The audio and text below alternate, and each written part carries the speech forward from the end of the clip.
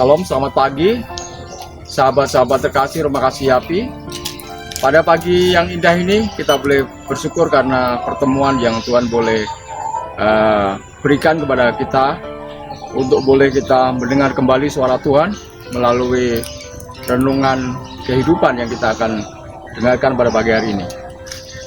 Firman Tuhan pagi ini kita akan mengambil dari Matius 5 ayatnya yang ketiga. Berbahagialah orang yang miskin di hadapan Allah, karena merekalah yang mempunyai kerajaan surga. Di dalam terjemahan bahasa Jawa, saya lebih senang menggunakan terjemahan itu karena artinya lebih mendekati untuk kita boleh memahaminya lebih jelas.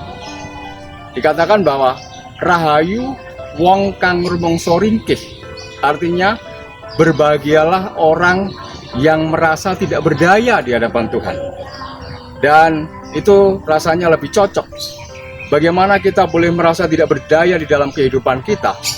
Kita tidak berdaya di dalam menghadapi kesehatan kita yang kurang baik. Kita tidak berdaya di dalam menghadapi masalah ekonomi.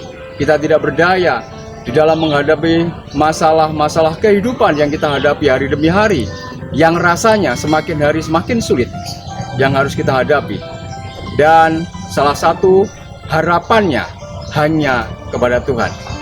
Ada banyak janji firman Tuhan yang menjelaskan kepada kita bahwa Dia akan memberikan pengharapan, bahkan juga memberikan pertolongan tepat pada waktunya.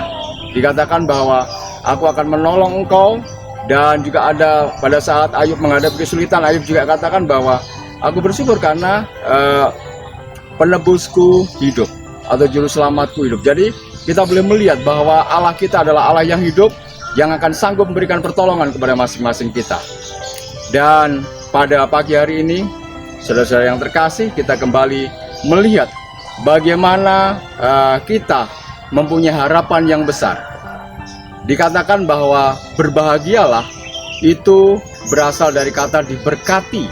Artinya pada saat kita bersandar kepada Tuhan, kita akan diberkati. Dan pertolongan akan menjadi bagian kita, karena pertolongan itu hanya datangnya dari Allah saja. Banyak atau seringkali kita berpikir bahwa harta kita mungkin sanggup menolong kita pada saat kita menghadapi masalah. Tetapi kalau kita lihat, ada banyak kesulitan hidup, bahkan mereka yang mengalami sakit penyakit, bahkan yang terserang virus corona. Banyak di antara mereka adalah orang-orang kaya yang punya harta yang berlimpah, tetapi hartanya tidak bisa berbuat apa untuk bisa menyelamatkan nyawanya. Kalau kita bergantung kepada kepintaran ilmu kedokteran, hari ini banyak di antara mereka yang gagal untuk bergantung kepadanya. Kenapa? Karena banyak juga dokter-dokter yang harus terinfeksi oleh virus tersebut.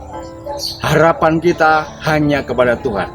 Berbahagialah mereka yang merasa tidak berdaya dan bergantung sepenuhnya kepada Tuhan, karena Dialah yang akan diberkati. Tuhan memberkati kita semua.